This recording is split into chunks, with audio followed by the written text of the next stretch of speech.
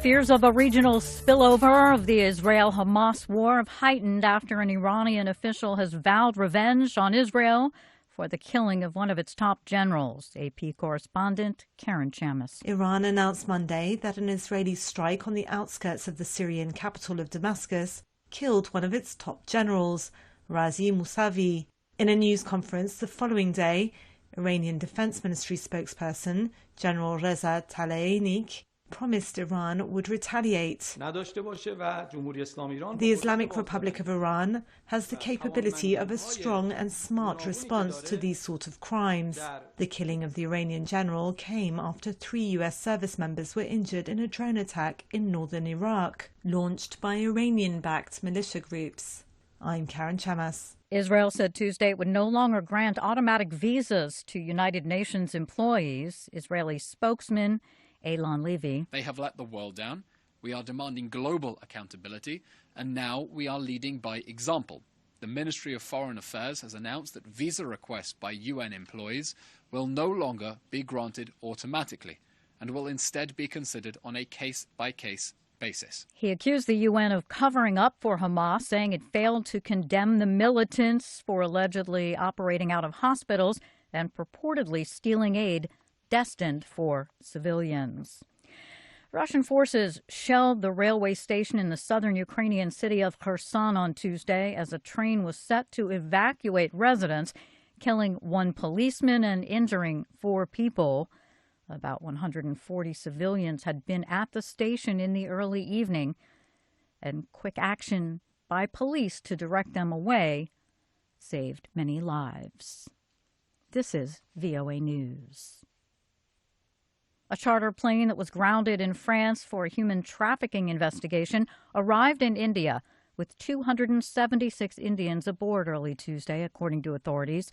VOA's Kim Lewis has more. The regional administration said that 276 of the original 303 passengers were en route to Mumbai and that 25 others requested asylum in France.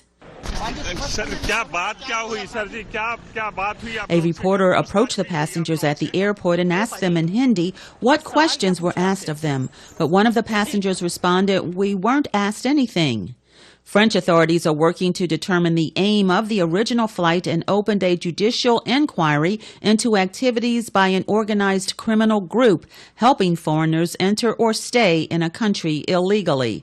Kim Lewis, VOA News. A conservative group accused of being involved in the theft of U.S. President Biden's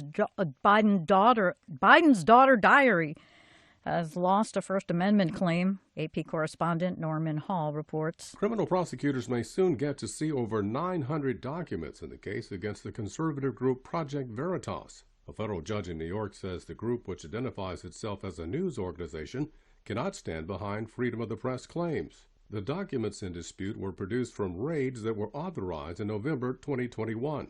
Electronic devices were also seized from the residences of 3 members of Project Veritas, including 2 mobile phones from the home of James O'Keefe, the group's since-fired founder. The judge says the First Amendment doesn't apply because 2 individuals involved have already publicly pleaded guilty in the case. I'm Norman Hall.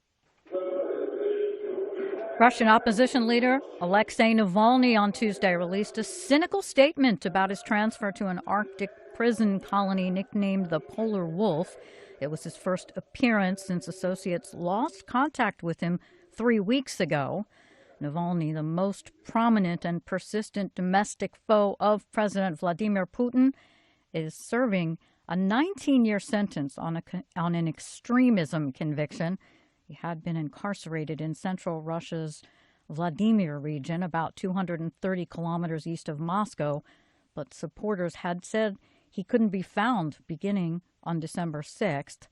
Navalny, the most prominent of Russian President Vladimir Putin, has been imprisoned since December 6th, as we said. His spokesman, though, says he is doing well, and a lawyer visited with him and said he is coping.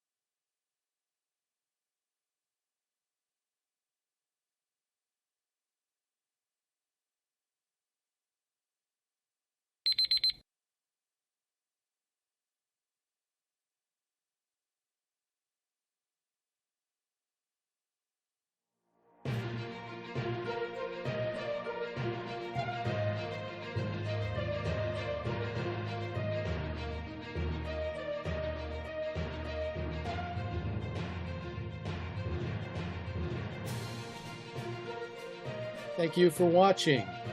Can you do me a favor?